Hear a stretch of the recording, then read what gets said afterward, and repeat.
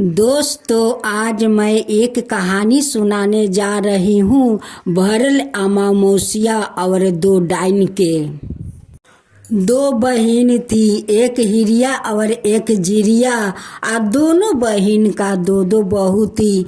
अभी तक दोनों बहू का कोई संतान नहीं थे।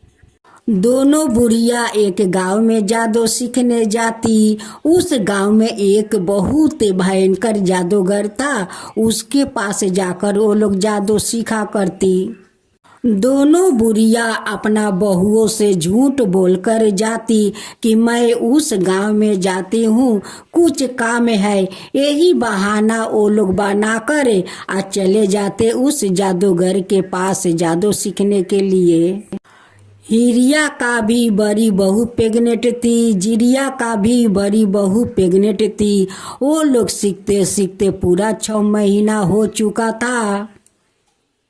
एक दिन दोनों बुढ़िया का तंत्रिक बोलता है कि देखो, तुम लोग तो पूरा जादू सीख ली है, लेकिन अभी भी तुम लोग का जादू सीखना अधूरी है।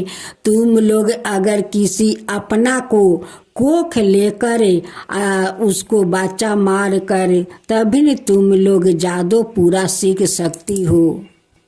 उस बच्चा को धरती पर आते ही तुम लोग के मारना होगा और उस बच्चा को थोड़ा खून लेकर शमशान काली को देना होगा, तभी तुम लोग का जादू पूरा होगा।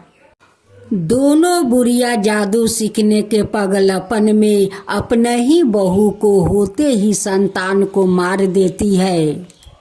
जिस दिन दोनों बुढ़िया ने अपने बहू को संतान का मारा था, उस दिन भरल अमावस्या था।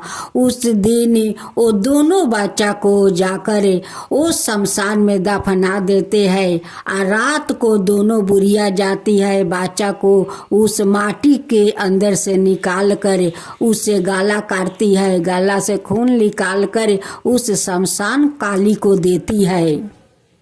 उस तांत्रिक को बात सुनकर दोनों बुढ़िया अपने ही संतान को बच्चा को मार दी, लेकिन जरा सा वो दोनों बुढ़िया का अपने बच्चे पर दया नहीं आया।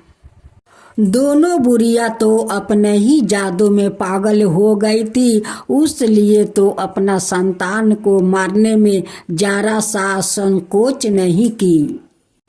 फिर दूसरा महीना को अमावस्या आया।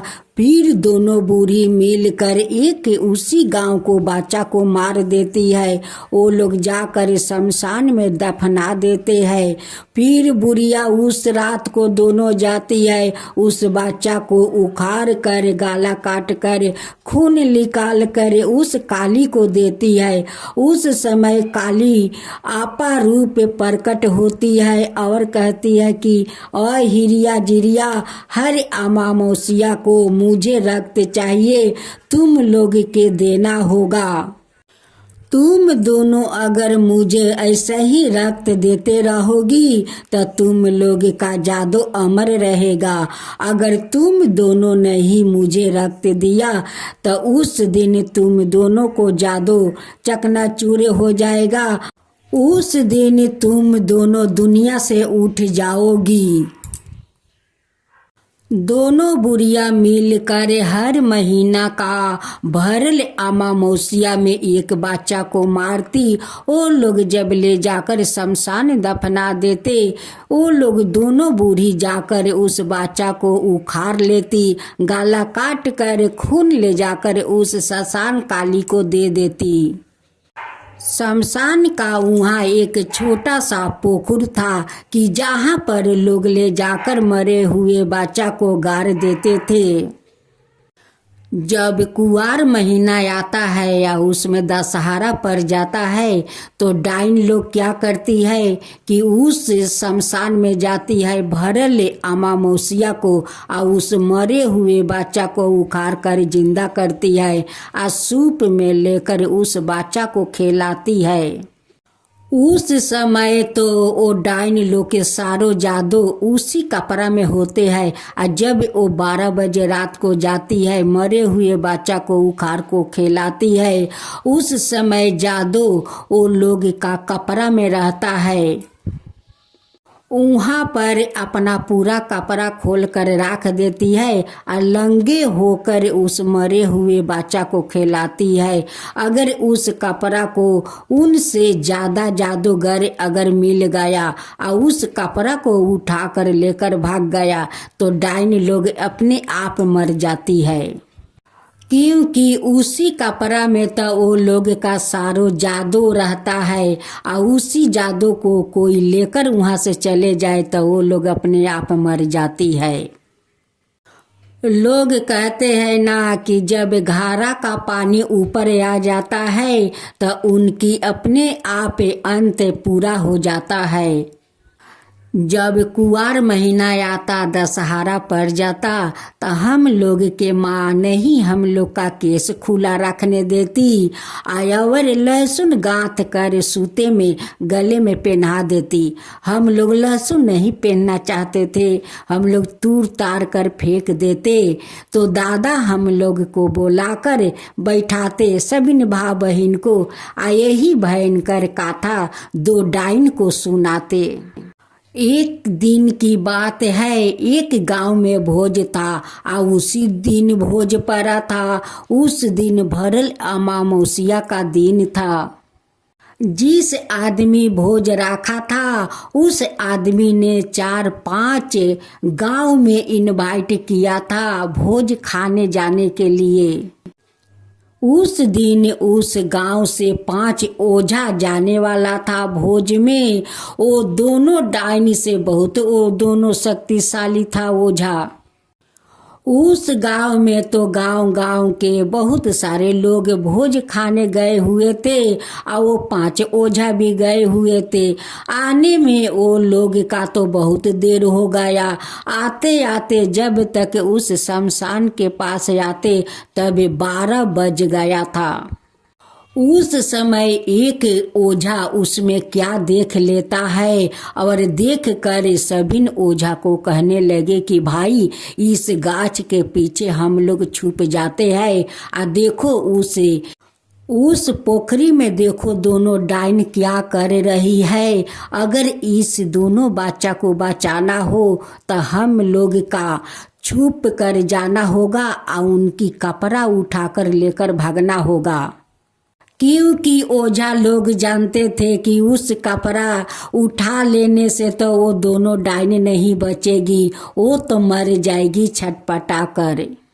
उस 5 ओझा उस गाछ के पीछे छुप कर वो दोनों डाइन को खेला देख रहे थे कि दोनों डाइन कैसे बच्चा को उखाड़ कर जिंदा कर ली है आ खिला रही है। खिला कर उस पोखरी के घूम कर आती है, फिर बच्चा को खिला कर उस सूप में रख देती है, फिर जाकर घूम कर आती है सूप में रख देती है। वैसे एक ओझा कहते हैं।